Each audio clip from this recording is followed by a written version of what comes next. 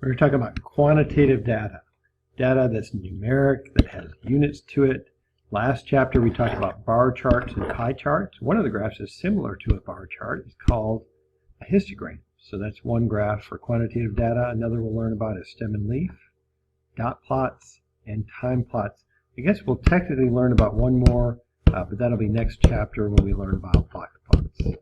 So that's another graph with quantitative. First type I want you to see is a histogram. You can see this is very similar to a bar chart. A bar chart has separate bars, right? Has categorical variables like red and yellow and blue here. Here you might notice there's tick marks there. This is quantitative data down here, so it's a little different. Each bar, like this bar, goes from that big tall bar. It's called a bin, and it has all the values from 70 to 72. So 72, it includes set values at 72. If you had a value at 71, that would go in this bar, the bar to the left of that. So 70. 70 would go into this one because it's inclusive on the right and not inclusive on the left. You just kind of see the scale. There's 5 tick marks between 70 and 80, so it's 2 units each. Relative frequency means you're talking about percentage, whereas just regular frequency, histogram would be counts. The big thing I want you to see here, if there's a gap in the histogram, that means so sometimes you'll see that. I think there was no gap in that one. There's a gap there in between those two bars there. So too few classes. We may talk about that later, but you need to have, I usually like about 5 to 8 for a nice looking histogram. If you only have 2 bars, that's not enough bins for a histogram. Stem and leaf, you may remember this from middle school. If you basically, this is the key. 7 bar 2 means 72. So when you see this 2 here, that really means 70 is the 10's value and 2 is the 1's value. So that's the number 72. This number right here, 4, is 64. That represents 64. This number here, 6, represents 56. And so it's the same data here represented in a histogram, right? So 56 falls in that bin. 88 falls in this bin. And so there's a bunch of, like in this bin from 80 to 85 is all of these guys are in that bin. You can see you can't tell what the individual values are, but you can figure out which bin they fall in if you look at that. If you what's kind of weird is if you turn this shape over on its side. So if you were to look at this shape, it's kind of a neat trick you can do with the histogram. If you turn it on its side, you kind of see the shape of the data. Kind of like here, we see the shape of this data. Now it looks backwards only because for some reason they started the highest number first on top and the lowest number on the bottom, which is not the way you should probably do it. I would start with the highest on the bottom. So those are the steps there. We'll do some of these in class, next class period, so I'm not too worried about this. You are allowed to do this. There's some weird cases like here. It'd be weird to have all the stems be 1. So you could make them a 2-digit number in this case. I think it would make a lot more sense. And you need to have the leaf is always 1 digit, so that's really the only way to go here. You could say 12, 13, 14, and 15 are your stems. Draw your line.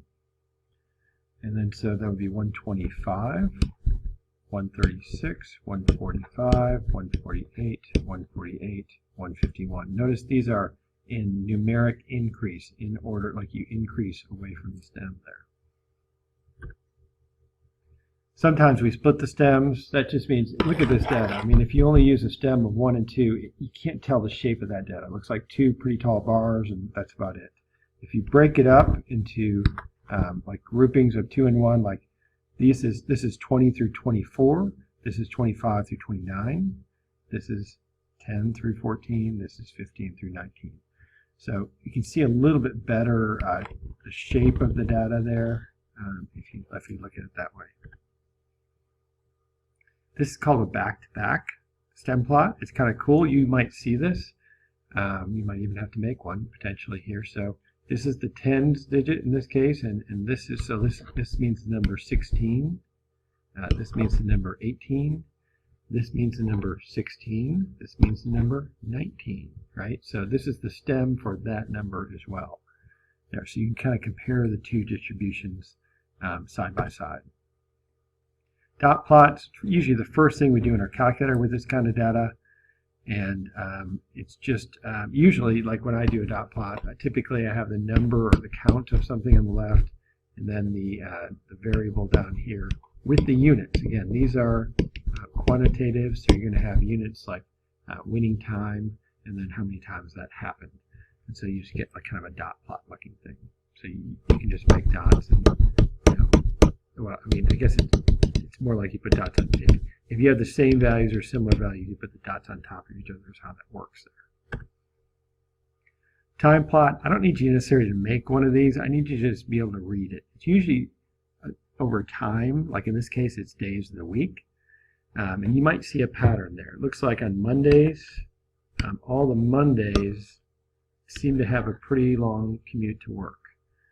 Whereas on Fridays, usually it's a little bit less of a commute to work on Friday. So I see that trend. It tends to go down for the most part during the week. Maybe people are already out of town on Fridays. They don't like going to work on Fridays, and so it's not as busy.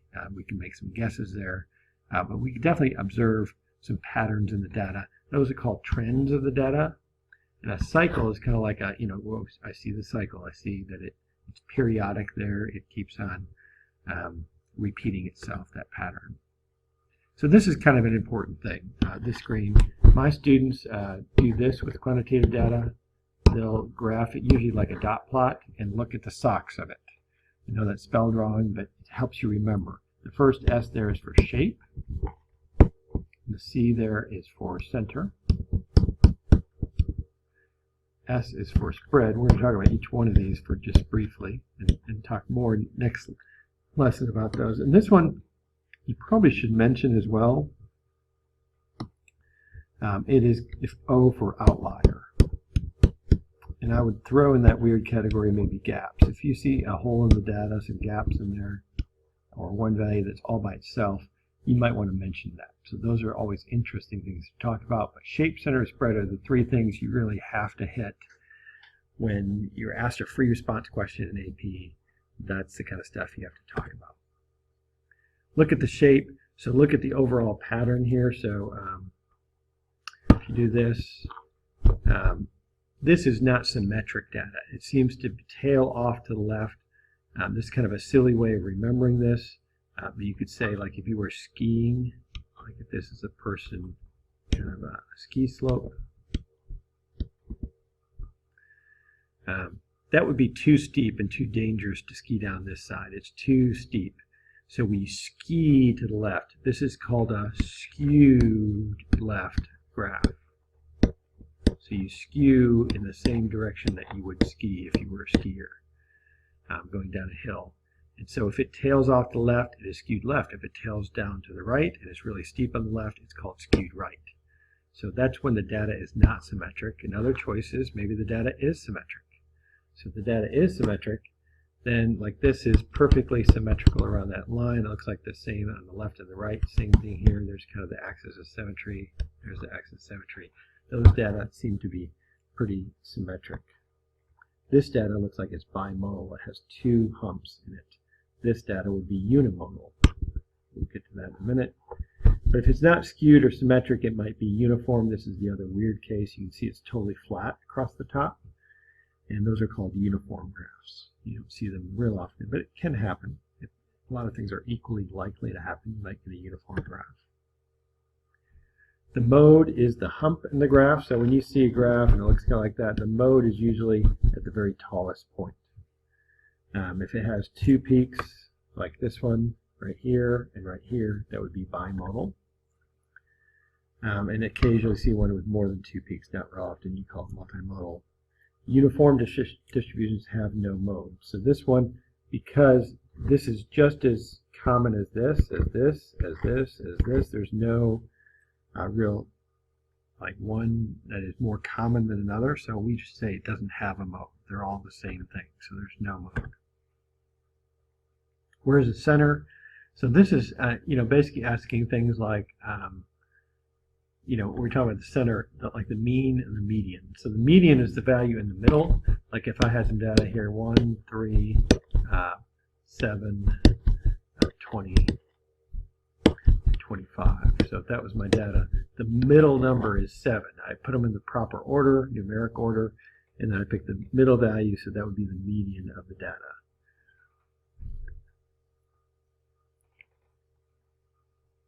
And so, in a sense, it's dividing into two equal parts. The sense is that there are two data values to the right, there are two data values to the left. They're the same number of data values on both sides of that median. So that's the sense. It doesn't mean 7 is exactly in the middle, right? Because 7 is a lot lower than these two, a lot closer to 3 and 1 than 20 and 25. You don't need this formula, but I thought I'd show it to you. Like if you had data like 1, 3, what was it? 7, 9. If you had to find the average of those, all you do is add those up, right? You know how to find the average of numbers, add them, and then divide that by the number of terms, which in this case would be 5, and you would get your average. That's what this is saying. You sum up all the x values or y values there, and then you divide by the number of terms. So that's the official formula for the mean, which you don't need because you know how to find the mean of data. Mean kind of looks like the point where the histogram balances. Sometimes when you're looking at just a dot plot or a histogram with data, you can kind of find where's the balancing point. That would be where the mean is. And so that's kind of an interesting description of that, but it's where the data values average to. So a couple different measures of spread. We're going to go much more into one of these, which is called standard deviation, in just a minute. Well, I think that's another chapter. I think that's chapter 6 actually. But range is really an easy one. It's easy to find. You take the max minus the min, the biggest number, whatever this value is, minus this value here. So in this case, about 8.4 minus 3.6 or something like that. So somewhere around that. We don't know the exact values because these are histograms. But if you subtract that, you would get the range. The interquartile range is the middle half of the data. You might have seen this if you have ACT scores. You look up a college that says the middle half of the data of the school students this school are between 30 and 32, which is kind of amazing. You see a few schools where their average ACT score, the middle half of the data, from 25 to 75% is that. So we'll talk more about IQR, but the formula for that is Q3 minus Q1. That's equal to the IQR, interquartile range. We very rarely say interquartile range. We usually use IQR, the abbreviations. It's the third quartile minus the first quartile. We'll talk more about what those quartiles are in a little bit, especially next chapter with box plots for sure. And another measure of spread is standard deviation. We're going to go way into that in a few chapters. Remember, statistics is all about variation. So a deviation is the distance the data value is from the mean. So we have a certain way of finding the standard deviation for a set of data. Always look for those unusual features. Those are the kinds of things we like to talk about. Like, why is this people housing units, the number of cities, there's only a few like that. So we might go, well, why is that? What's going on with that? So that's usually some of the most interesting information we might have given a set of data. What are the outliers? What caused them to happen? And this is the 5-number summary. So if you were to, if you think about it, so the median you know how to find. You organize the numbers. Like if I had 1, 3, 5, 7, 9, 11, let's see, 13. Let's try that. Okay, so those are all the numbers, 1, 2, 3, 4, 5, 6, 7. So the fourth number, 7, is the median number, right? And so if you think about it, that really splits this whole guy in half. I have now 3 on each side, so that's totally even. If I found the middle of the middle, So if I found the middle